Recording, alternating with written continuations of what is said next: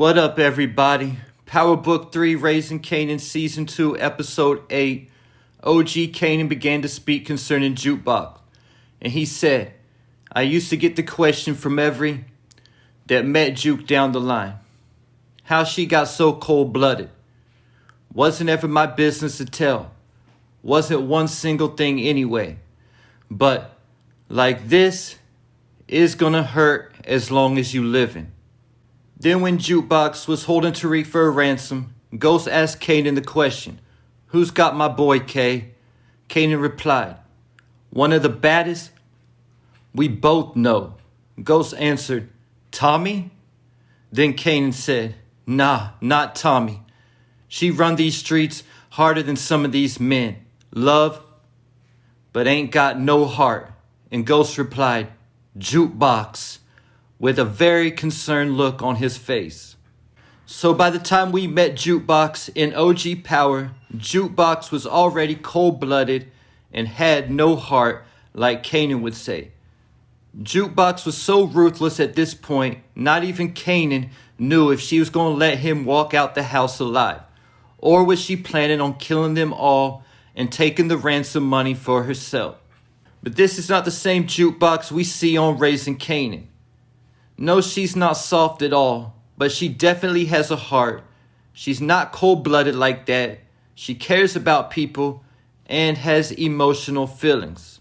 We saw Jukebox save a security guard's life when one of the crew she was hitting licks with was beating him down. And we have seen Jukebox already break down and cry a few times, something she was probably no longer emotionally capable of doing by the time we get to Power. So today I asked the question that everybody who met Juke down the line asked Kanan. What made Jukebox so cold-blooded? But the key to Kanan's answer was, it wasn't one thing. It was heartbreak after heartbreak, letdown after letdown. Starting off with the fact that her mother abandoned her at 1 year old, before she was actually able to have any memories of a mother. And this is one thing for a male like JP or Ghost, but for a female to be raised without a mother is even harder. Then add the fact that Marvin was a chauvinist her whole life until the last few months when he met Miss Renee and started going to counseling. And that only makes matters worse. We saw this attitude in the fact that Marvin wouldn't let Jukebox apply to Stuyvesant, a private school, when she was given the opportunity. Kanan was given the same opportunity to apply for the school, but answered the first 3 questions and then filled in all B's like Famous told him to do. But keep in mind, Jukebox was excited for Kanan and wanted to see him better himself by going to that school. Also keep in mind that Jukebox is much smarter than Kanan.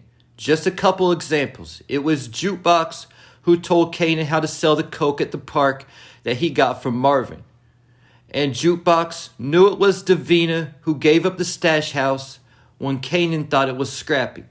But by the time we met Jukebox in Raising Kanan Season 1, she was already hitting licks and boosted. But she told Nicole she was done. After the security guard she saved caught her stealing, then let her go. Jukebox hit licks and boosted, but she refused to get into the drug game because she said she makes it her business not to get into anything that Marvin's into. Jukebox was also singing in the school choir. And it was around this time Jukebox fell in love with Nicole.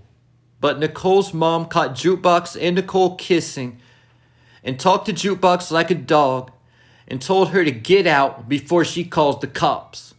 Then when Jukebox and Nicole were about to go to some ball, Nicole died from smoking the bag crack that Kanan cooked that she stole from Jukebox's bag. Jukebox never got over this, and possibly this was the biggest heartbreak of her life.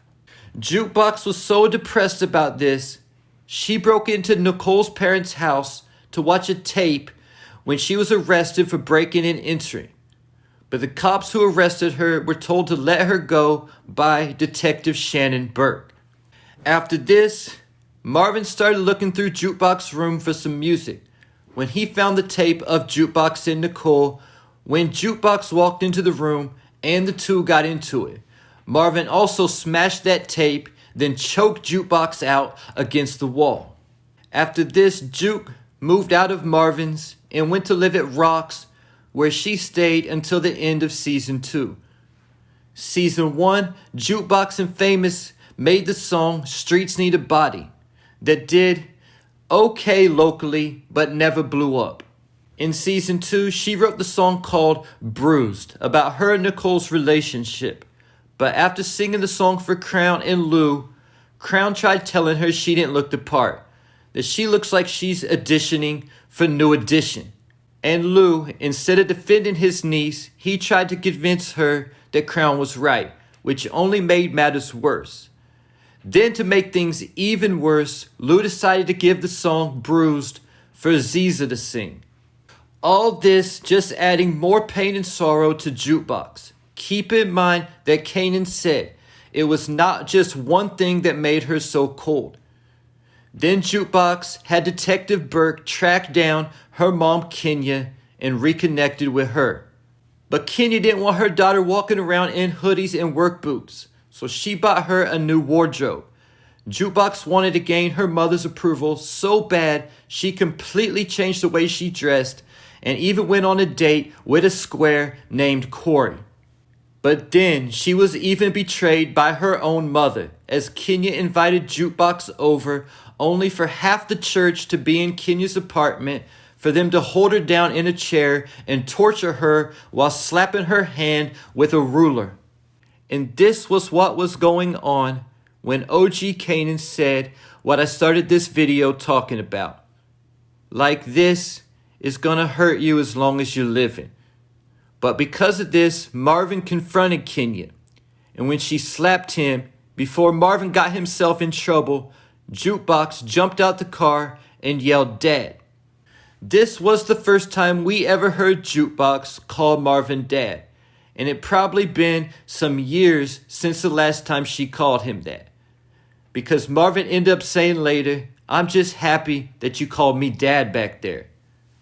After this, Jukebox beat down Corey the church boy for playing her and got arrested again, only to be saved again by Detective Burke. But in the closing minutes of Season 2, Kenya was killed by the Italian hitters aiming at Rock. Now I know Jukebox barely had a relationship with Kenya, and it wasn't even any good after what Kenya did. But I still think this will impact Jukebox one way or another. Moving forward to Season 3, I actually expect Jukebox and Marvin to get really close and develop a solid father-daughter relationship. Then when Marvin gets killed, it's going to hit extra hard for Juke and push her towards that cold-blooded lady with no heart we met in Power. And there you have it. Leave your thoughts, theories, and predictions in the comments.